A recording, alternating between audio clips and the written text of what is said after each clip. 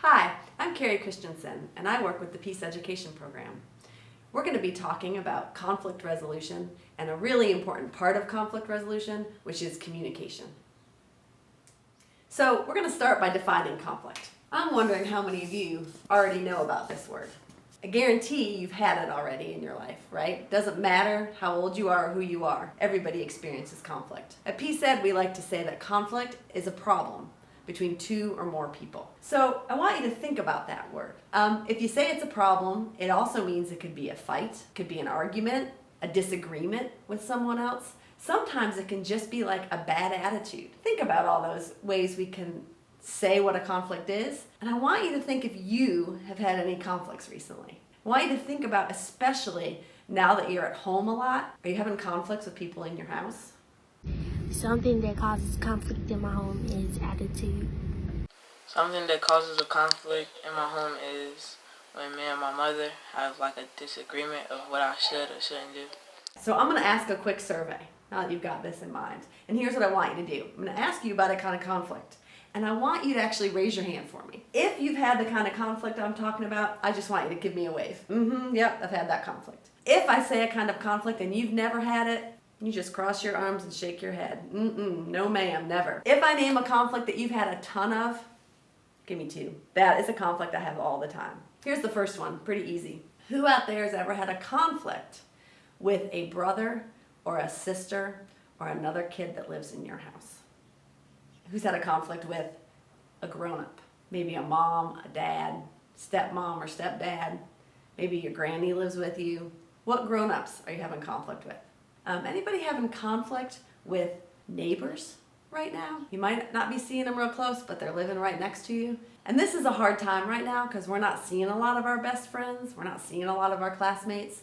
But I'm wondering, anybody still managing to have conflicts even over FaceTime or Facebook Messenger? Are conflicts still happening even though we're not face to face? Okay, excellent. I'm glad everybody thought of at least a couple of those conflicts that you've had. So there's another important word. Conflict is the problem, right? But the resolution is what we're going to work on. Does anybody know what a resolution is?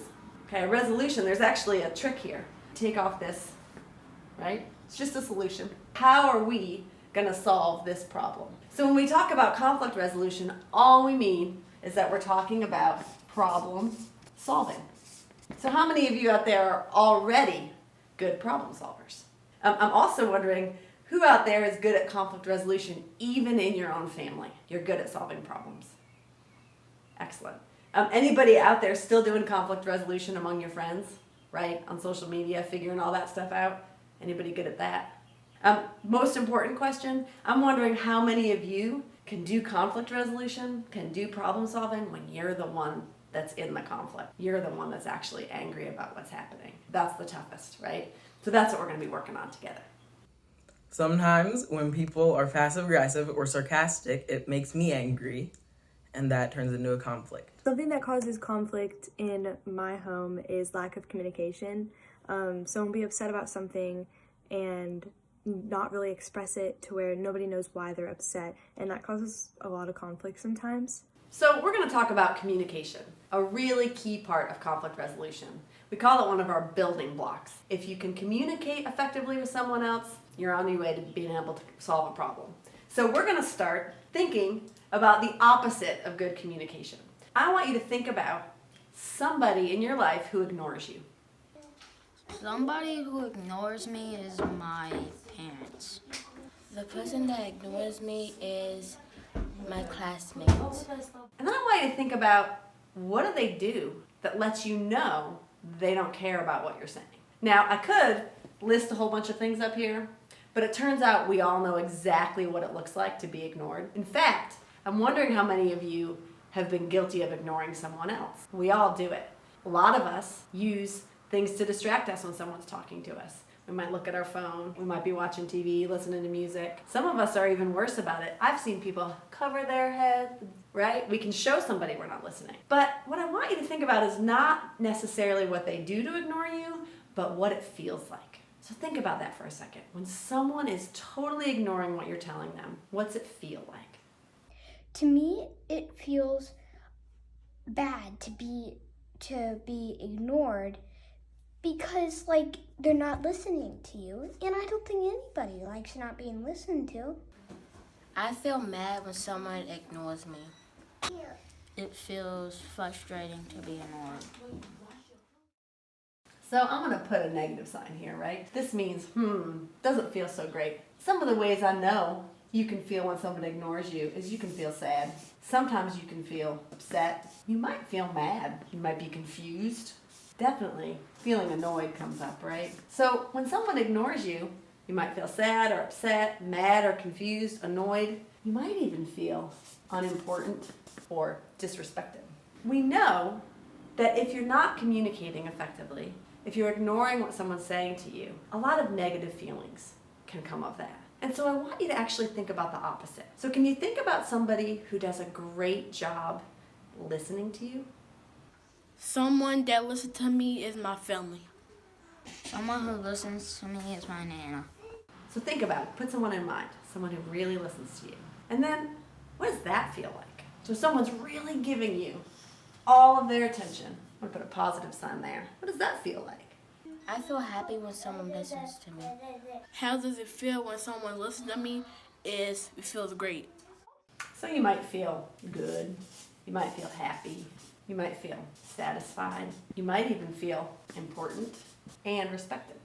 We know that if you're handling a conflict with someone, a problem with someone, it's extra important that we work on getting to these feelings instead of these. When your emotions are high and you're having these negative emotions, it can be really hard to hear somebody else's side of the story. It can be really hard to calm down enough to want to solve the problem or even think of a way to solve the problem. So let's think about this positive listening, this active listening. How do you do it? How do you know when it's happening? I'm actually going to use that word active because we're not talking about the fake stuff, right? The real listening, when you're giving someone your full attention. So think about that for a second. What do you do to show someone that you're actually listening? You're actively listening to what they're saying. I use eye contact. One way that I show someone that I'm actively listening is that I make eye contact and I'm not messing with things. Eye contact, right? We hear a lot about that. Doesn't mean you're staring right at the person, but you're connecting with them, right? You're giving them your eyes every once in a while. You're also going to be doing lots and lots of other non-verbal cues. This is non-verbal. You're not saying anything. You're just looking. You might also nod your head. Your body language is going to say a lot, right? Turn toward them. Your head is up. Your posture is good, right? So all that body language is super important. Even your facial expression. Do you look interested? All of those are non-verbal cues. And even though you're listening, you can also give verbal cues. That means you're saying things. Doesn't mean you're interrupting, but you might be doing all of that. Really? No. You want to tell them with little things, I'm paying attention, yeah? You might also ask questions. How did that make you feel when that happened? Has that happened before, right? Get some details. The other thing that's a super important verbal cue, especially if you're trying to resolve a conflict with someone, is that you repeat back exactly what you heard them say. So I want you to give this a try. Find somebody to talk to. Tell them a story. See if they can do all of these things to listen and repeat back your story, right? Then try it with them. Have them tell you a story. Give them all these nonverbal cues. Give them some of the verbal cues. And when they're done, repeat it back. Just like with anything, active listening takes practice. So to get better at it, you need to practice.